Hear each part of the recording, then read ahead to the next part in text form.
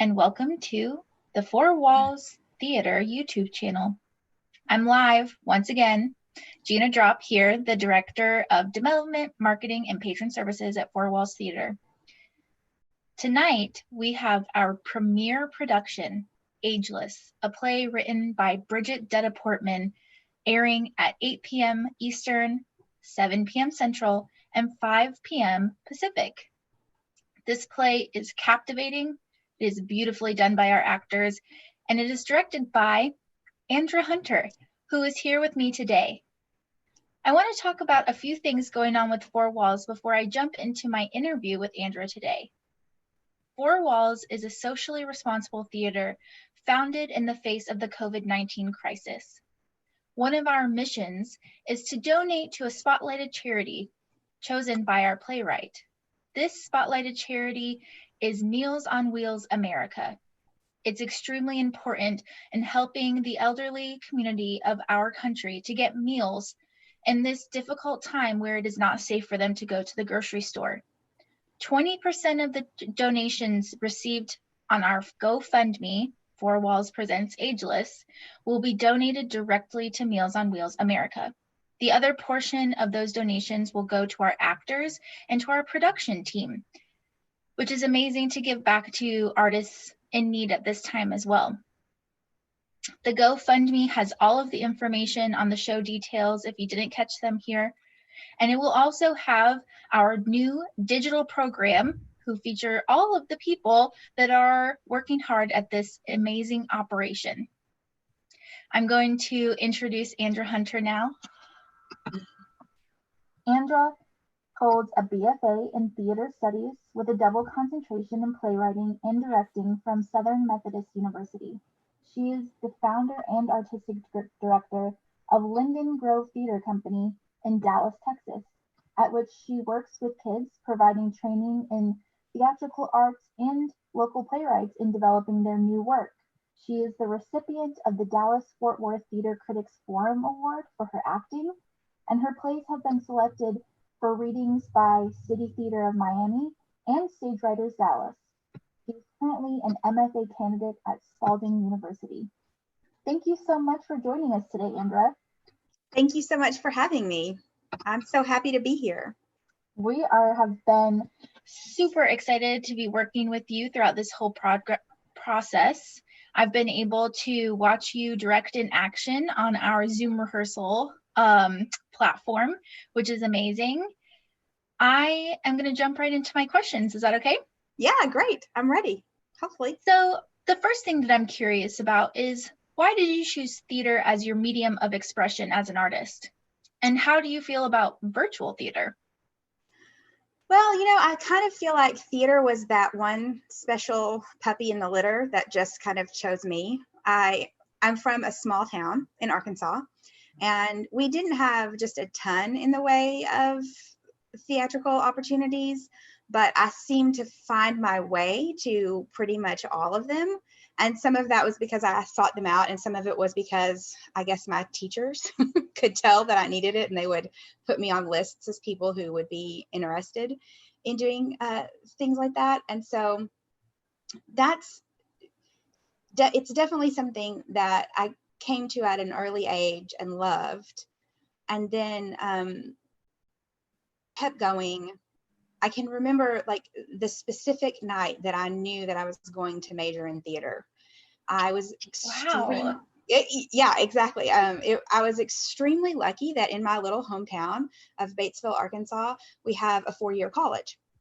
And the director of the theater program there, for some wonderful reason, opened up his spring show to auditions for people from the community. And so I was cast twice as a high school student, and I had the opportunity to work at with the college students and listen to him direct.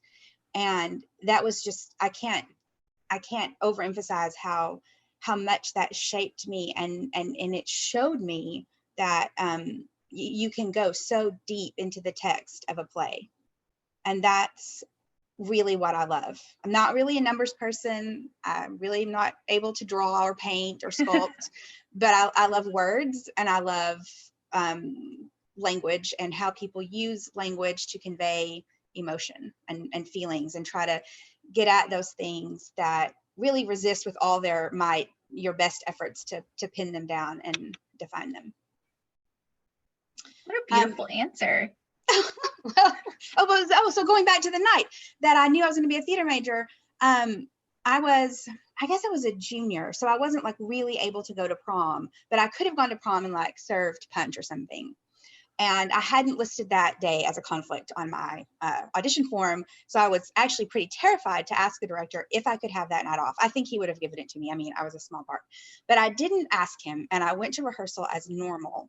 And that was the night that he said to me, "Hey, what are you? Are you a junior? What college programs are you looking at?" And that was when I thought, oh, I could do this. You think I should audition for college? Okay. And so that was like sort of like the exact moment in time that it happened. And you asked me about virtual theater. How do you feel about it? I mean, I think it's wonderful. I think it's absolutely a wonderful thing. And I think, how lucky we are. I mean, obviously it's terrible that we're having this crisis, but this crisis is happening. And I just think it's pretty amazing that we have the internet and we have Zoom, ways to stay connected, ways to be, in person with each other. And I'm seriously, someone needs to develop Zoom black box. Like, I just really think they need to. Zoom, if you're listening, please develop a special version of your product just for theater people, because, oh my goodness, it would be so amazing. But so I feel lucky. I feel lucky that we have this option, although it was pretty terrifying to think about directing virtually for the first time. I'm sure. I think all of us at Four Walls have looked into the face of virtual theater as a dragon that we are taking on quite wonderfully, if I say so myself. I think so. It's wonderful. When you're working on a show, what inspires your directing process? What inspires you to direct? Well, so just as a person, why I love directing, I've been thinking about this, is because, as an actor, I love acting, and I think most people, or at least a lot of people, I definitely came to this art form through acting. But as I went along through my career and I studied directing in college, I realized that the metaphor that comes to me is like Mel Gibson's character in the movie Signs. Like, he has to be the one to see. He has to be the one to look at all of it and see where all the strengths are, and see where connections can be made and symbols can be used, all in an effort to synthesize the text and elevate the story. And so I think that I like the challenge of looking at both the macro level of a show as well as the micro level, because I love working with the text and I love working with actors. I think I think it goes back to like that idea, why do you want to be the smartest person in the room? Fill the room with the smartest people that you can find, and then, use their brilliance to collaboratively build something meaningful that everyone has some skin in the game. And as a director, you can set the tone for that. And you can hopefully nourish that creative process in yourself, but also in all the rest of the team, the actors, the designers, everyone. I would say, from watching you direct almost every night this week and a little bit last week, that you definitely are successful at those things. The way that the actors respond to you is very powerful. And I like that you mentioned that you like connecting with the actors, because you do it very well. It's inspiring. Thank you. I think being an actor and knowing how, like, you come in, hopefully, I think most actors come into a role with some ideas. And I have been that actor that, like, all of my ideas got just stepped on, just thrown out. And then I feel like I'm a robot, like, And I'm thinking, why did you cast me? Like, you don't want anything that I can bring to this. And Right. I don't want to recreate that experience for other people, because I've seen it with myself as an actor. Like, a note that my director gave me that I heard, that like I understood on a logical level, but then one day it clicked and I'm like, oh, that's what you've been trying to tell me. Now I understand. And, you know, I think creating that space, it's just important to me to provide a pathway for us to move forward, but to understand that everyone, if they don't have skin in the game, if they're not allowed to put their skin in the game, then they're not going to be able to participate at the level that I think they want to. Yeah. So, thank you for saying that. That's a super great compliment. It's only the truth. My next question is, I'm just going to set the scene. Okay. Alana Gartner, our lovely founder and artistic director at Four Walls, she founds Four Walls Theater. She has a vision. She comes to you. She says, Andra, I have this play, Ageless. I want you to read it, and I'm really interested in you directing it. What is it like in that moment? Oh, it's an honor. Like, I think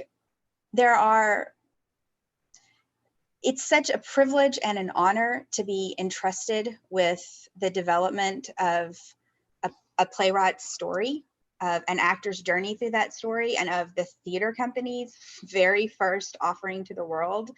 You know, to be instructed with to be given one portion of that, to the best of my ability, with everything I can bring to it, to shape that and have it ready to share with people. I mean, there's no other way to think about it but as a gift, a deep and precious gift. And then, of course, I'm also just excited. Like, I'm just excited to be able to do the work that I love to do in a time when, at my own theater company, we had started rehearsals for a community production of Our Town. And it was my first time to do that at Linden Grove. I normally work with kids, so I had adults in this show, and some were parents, so they were acting in a show with their kids for the first time, and then some were people from the community that I just sort of reached out to the community, and because we have lots of small independent theaters in Dallas, and we have a lot of professional theater, but we don't really have a Dallas community theater. Right. And so I had, every once in a while, a parent would say, why don't you do a show for grownups? And I was like, okay. So we had had 2 rehearsals, and our first rehearsal,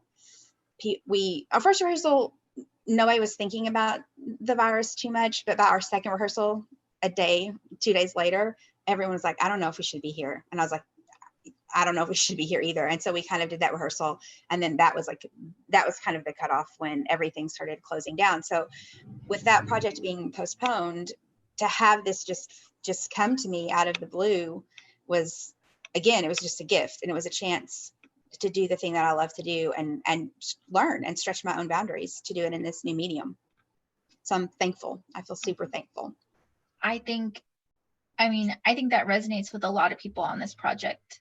It's very fortunate that we are able to throw ourselves into this creative work in this time of social distancing. On the flip side, what were you nervous about?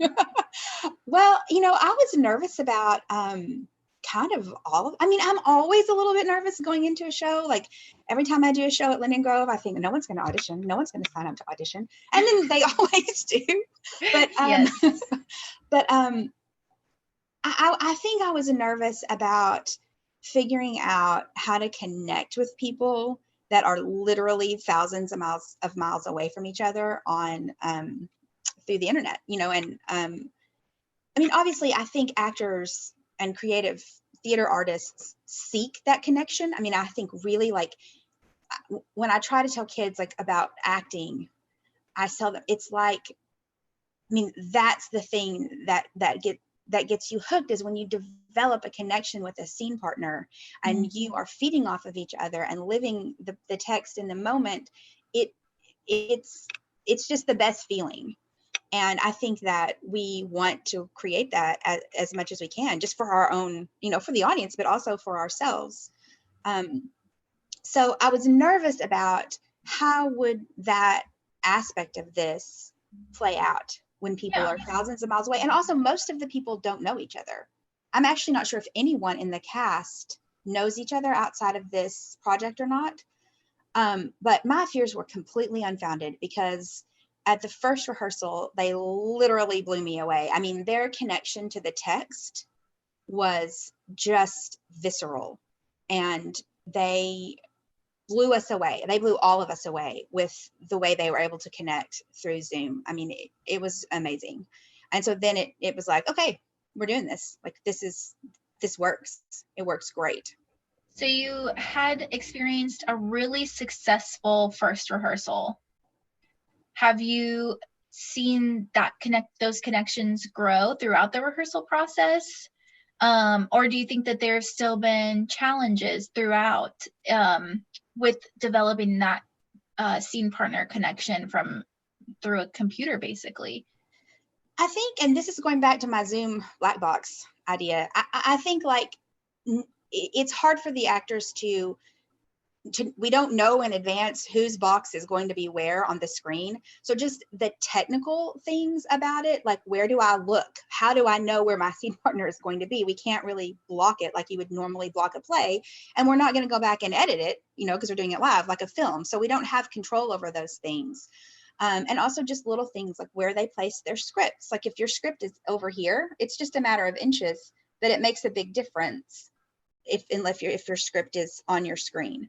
So little things like that, it's sort of a domino effect. Like, well, this thing behind you looks really funny, so can you adjust? And then that throws something else off. So every rehearsal has been an experiment in how can we best utilize the technology to tell this story and give you the opportunity to find the connections that you need with your scene partners.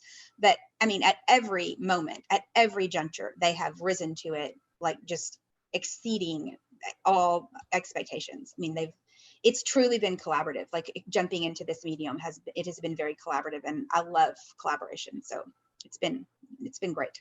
Yeah, I would completely agree. And I think that that's so wonderful. All the things that have been tackled and overcome, really. So it's kind true. of continuing on. Oh, sorry, I cut you off. No, I was just going to say that like we asked the actors to do a staged reading, and now I feel like a more appropriate thing to say is, will you do a Zoom reading? Because at a typical stage reading, they might be sitting behind a music stand with their script, and no one would really expect them to work with props or have entrances and exits. But in this format, like it's kind of necessary to turn your camera off at certain moments. And because we can't see them holding their scripts, it kind of makes sense for them to have at least some props in their hands. And so, asking them to do a staged reading, and then it's like, oh no, wait, this is a Zoom reading. And you guys have gone down this path with us very generously as we figure out, like, we can actually do quite a lot of storytelling by adding these things in. That's just what I was going to say. Yeah, it's true. It's bordering on a full-blown performance. Like they are using their scripts, but they put in a lot of work. You can tell where they've really connected to the work and don't have to completely rely on the script. And I think that is amazing. My follow-up to kind of this idea of working with people across time zones and states and everything is, some people would say that a lot of directing is casting. So I'm wondering, do you agree with that? And then how is that enhanced by the virtual theater experience, where this is what we're getting of the actors? I mean, that was, when I read the play for the first time, I constantly was reminding myself, but we're on Zoom. And how do I translate what I have perceived to be the playwright's intention? Because I was definitely trained as a theater artist that the text is the foundation and that I should be in service to the text. And I want to be that way. But, sometimes when the format, the medium is so different, you do have to think a little bit differently than exactly how things are written on the page. So I think that casting is extremely, extremely important for a successful show. But I also think, and this is a general, this is not specific to the show, because I think everyone is beautifully cast. But, I have sometimes an actor comes in with an idea that is very different from what I was thinking. And I think, going back to what we were talking about earlier, if I don't go with that, if I don't give that a chance to develop, then I am doing a disservice to the whole process. So I think casting is a double-edged sword. I mean, you can cast it brilliantly with people that you think are exactly right, and it can be brilliant, but you can also cast it a little bit wonky and let people come in and do their thing and sort of expand what it could be, if that makes sense. That again, that's just generally my views on casting. Yeah. As far as whether or not the effects of casting are enhanced in the virtual setting, I mean, I think everything is enhanced in this setting, because normally in a stage play, you can get away with doubling actors in more than one role.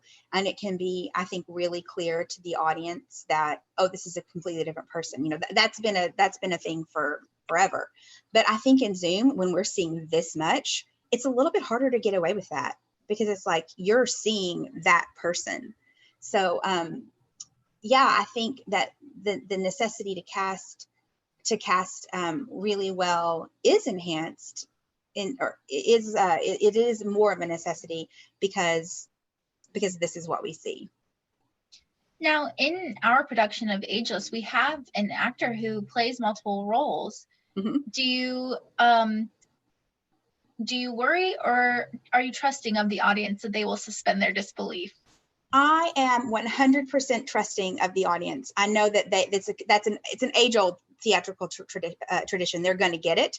And plus, we have the little Zoom capability to rename yourself. So she can rename herself all her different characters, which I think will also help. So no, she's doing it beautifully. She pulls off each character just beautifully.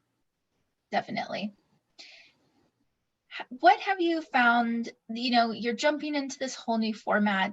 This is going to be something that boosts your street cred as a director. You went in feet first into this situation and are virtually directing. What do you find most rewarding about this platform? And we've definitely talked about some challenges, but moving forward, when you're looking at the trajectory of your future endeavors and career choices, are there things that you definitely think like, this is what I would want to master these things before I went at this again? That's a good question. I curveballed on you a little bit. Well, I think that with any show in any format, I never come to my production date thinking, oh, it's perfectly done. I'm always thinking, why didn't I give myself one more week? But there's this thing I think that happens with time in a cast, and I see it in my normal kid show production time. We have rehearsal 3 days a week for 6 or 7 weeks, and then tech week. And in kid time, if you tell them, get your lines learned, we only have 2 more weeks, they're like, 2 weeks? Might as well be a year. What are you worried about? Yeah. And so there's always a moment when it gets real for the kids and they just dig in. And I've even seen that in this little 4-day, very compressed process. Each rehearsal is almost its own world, especially in a compressed process like this. Each rehearsal is its own entity and they build on each other, but it still has an arc and it still has a trajectory that it follows. And I'm like, I can see where you are today, and it's going to be different tomorrow, and that's all good. That's part of the process. Right. The most rewarding thing about directing virtually, I think it's giving people a chance to work. I mean, I have to thank Alana for that, and you, and for the actors for being willing to try it. It's giving people a chance to work at a time when it's like all of our chances to work were just flowing through like a sieve. Right. I think that's what's rewarding, and giving people our audience a chance to experience this, because it's not the same as TV. Even though they're going to be watching it on a screen, I would say it's not the same as watching a TV show, to watch people live in the moment creating this theatrical magic for us. I think it resembles theater in a traditional performance space so much. I think in so many ways that every day I realize more, this is theater. This is essential theater. It's live. It's due to the platform. We're subject to so many similar hiccups that we would be. You can have missed exits in a live performance in a traditional performance space. You can have mics go out. You can have lighting issues. You can have missed, sound cues. All of those things are subject to happen in traditional theater spaces. And so I think in those respects, it really is, it's true theater. It's live. We're working with a wonderful, wonderful script by Bridget, our playwright, and it's resembling the home of theater for me a lot. Yes. I just thought of this, but I wanted you to talk a little bit about your experience. I know that you've had just such a wonderful time connecting with Bridget, and I didn't know if you wanted to talk about that a little bit. If you've had experience, I know at Linden Grove, you work with new playwrights generating new work, but have you ever worked with a playwright this intimately on a show that you're directing of theirs?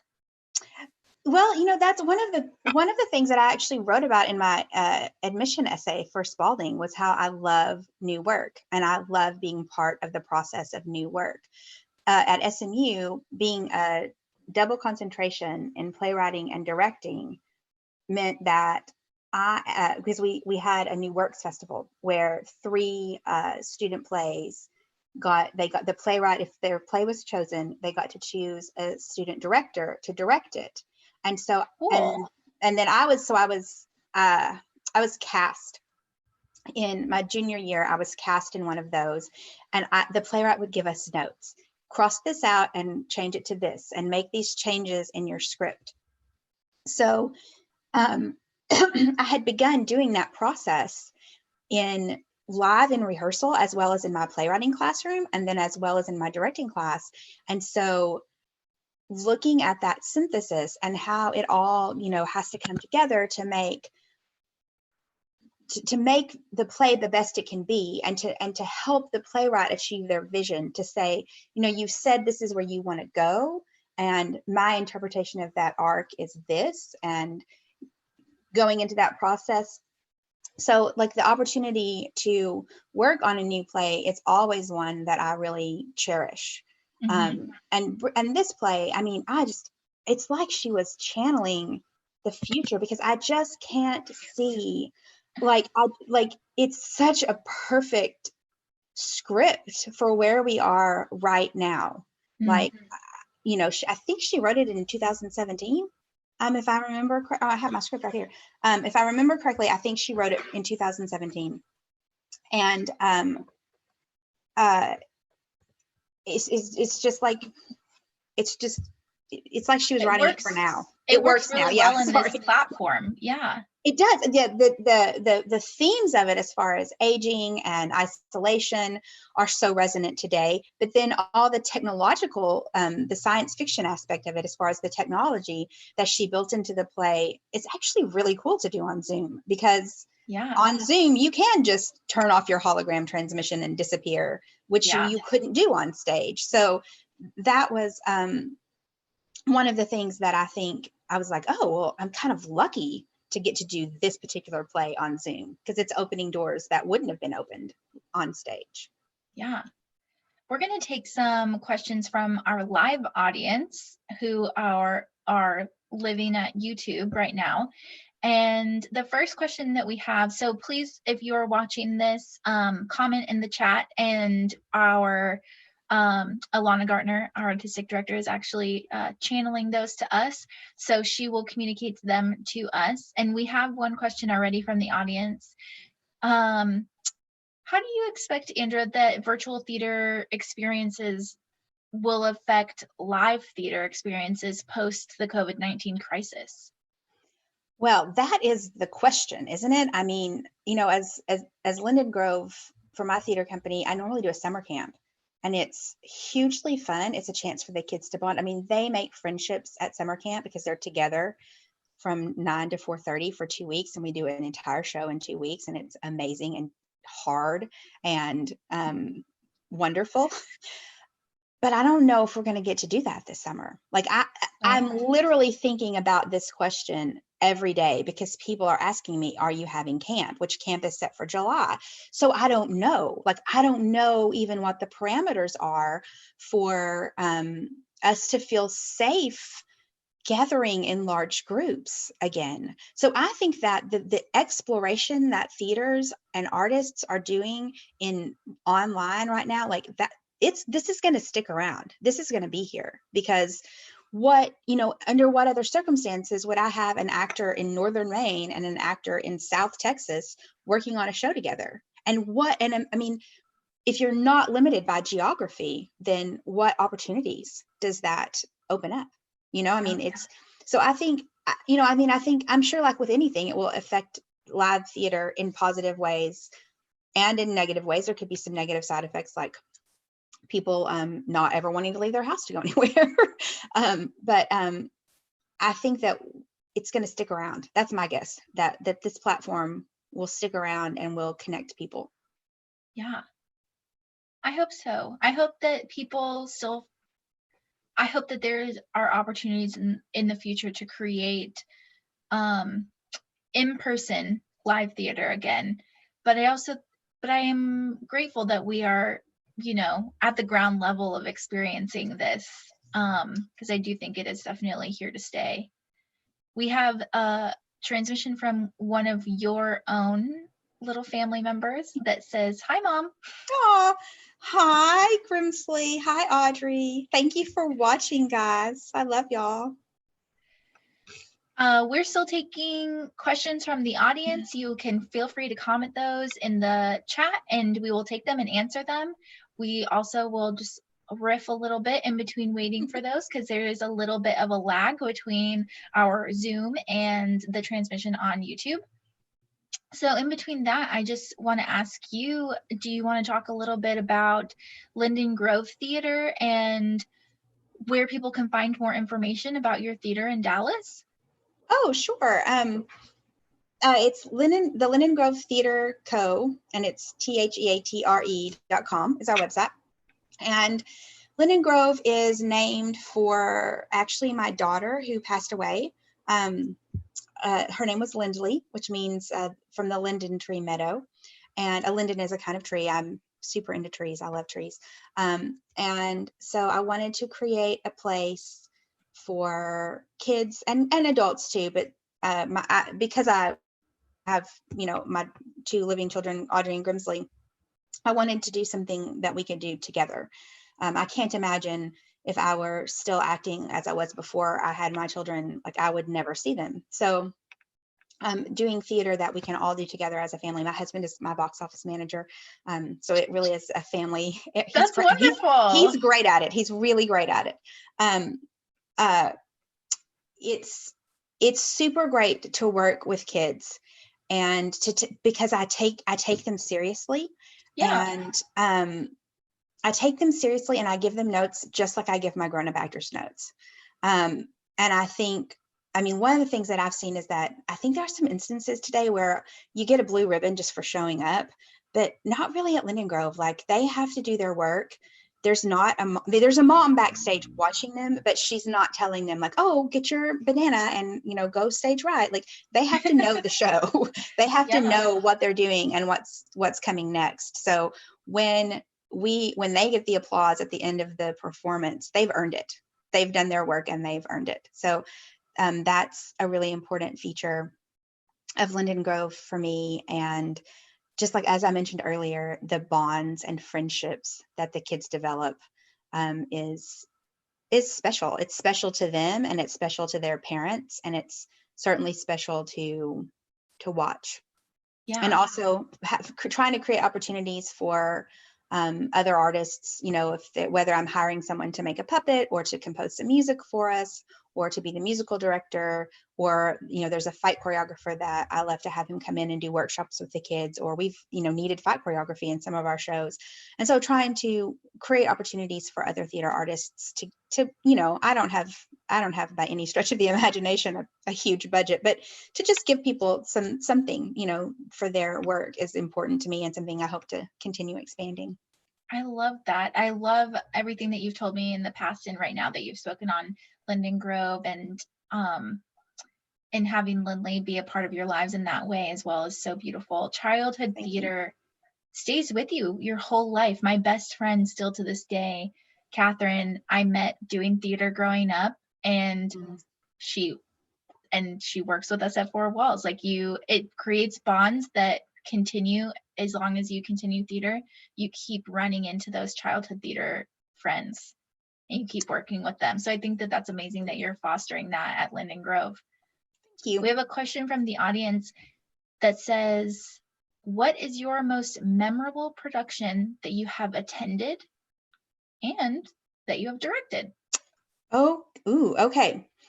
Let me think. There's a special place in my heart for all the shows that I have ever directed. I love them all.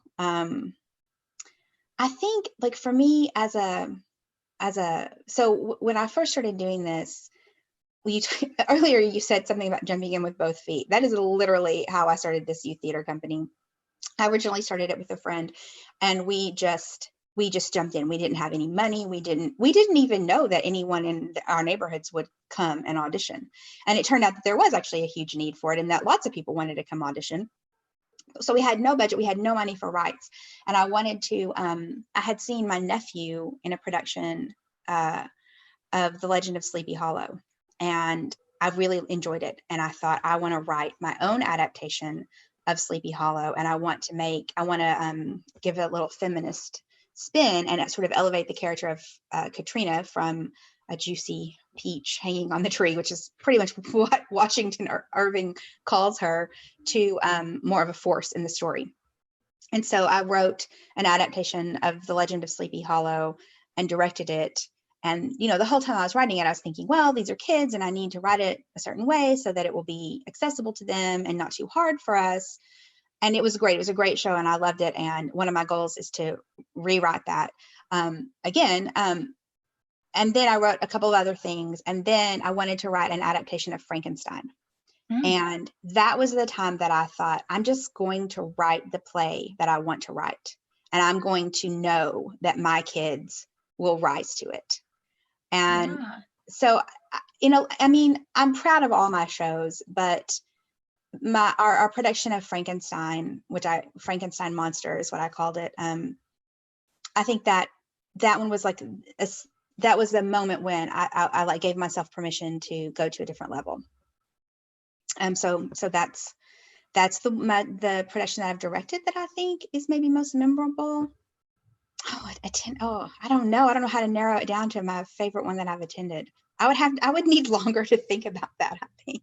I know. I keep thinking, my knee jerk is to be like Hamilton, but I've seen so much theater and definitely some tons and tons of amazing performances. I have to say, I think honestly, one of the most memorable performances that I've ever seen is the college that I went to, Young Harris College, did a spring production of Rent the musical.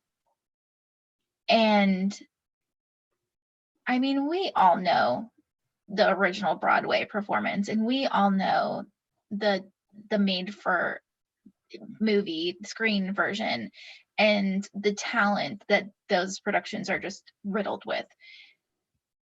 The performances that I saw college students doing were matching, if not exceeding at times. And it was truly one of the most riveting performances I think I've ever seen in theater. And it was a college production. It just depends on what people bring to the table can really make a show So amazing. We have one more question and then we're going to wrap up. Okay. This question is from Joanne. And she says, as someone who is studying playwriting, do you think that you will tailor new scripts specifically for the virtual theater platform? What a crazy question.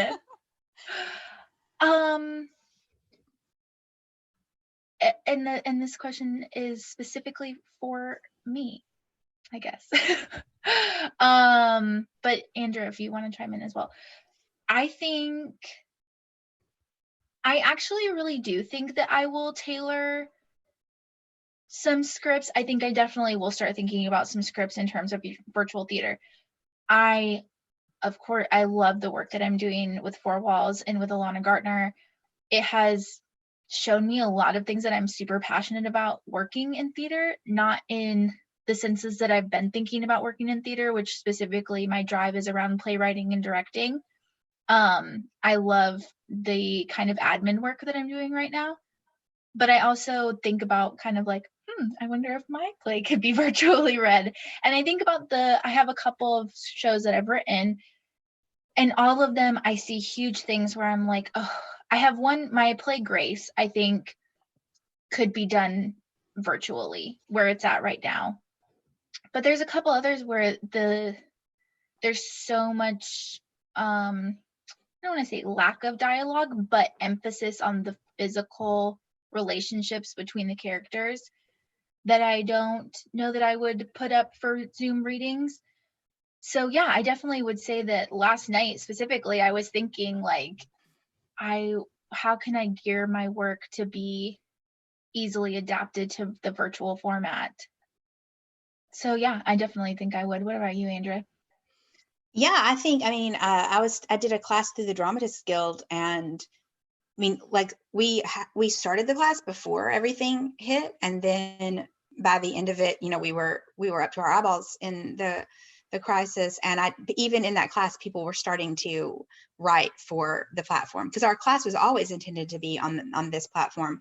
And so I think it's the smart thing to do, you know, to write a play that either specifically for this or that could be adaptable to it. I think it's one of those things that, like, you know, actors are going to have to put on their resume, great internet connectivity. And you know, I mean, like it's their models of computers, just like, you know, we already put on our resumes, like if we have a car, if we have a license, like oh, that, like we're gonna have to put like what types of laptops we have. My operating system is yeah. So I think that being able to create work that can be tailored to this medium is super smart. Yeah. Well, thank you so much for allowing me to interview you today, Andra. It was such a pleasure to have you on our channel. As a warm-up to our show tonight, Ageless premieres on our YouTube channel here at 8 p.m. Eastern Time, 7 p.m. Central, and 5 p.m. Pacific. Remember to check out our GoFundMe. All of those donations go to extremely important causes, including 20% of them being donated to the Meals on Wheels America charity that was chosen by our very own playwright, Bridget Portman. If you want to read about why she chose that charity, you can go to the GoFundMe. We have a portion of the information there, and you can also watch the interview that I did with her earlier in the week, and she speaks on that issue and why it's important to her as well in that live interview that still lives on our channel. You can check out all of our social media for Four Walls Theater. We're on Facebook at Four Walls Theater, on Twitter at Four Theater, and Instagram Four Walls Theater. And we post daily updates on what we are doing in our rehearsal process. We spotlight our production team and our actors, and we give up-to-date information on where you can find our shows and what we're producing next. Soon on all of those platforms, you'll be able to find our digital program for the show tonight. It's interactive. It has all of our production and team members listed in there, as well as a shout out to anyone who has donated to the GoFundMe up to this morning. So since it was live until this morning, we have thanked all of the people who have so generously supported our cause. And we hope that you see the show tonight and enjoy it. Thank you so much. I'm Gina Drop, and this is Andra Hunter. Thank you. See you tonight. See you tonight.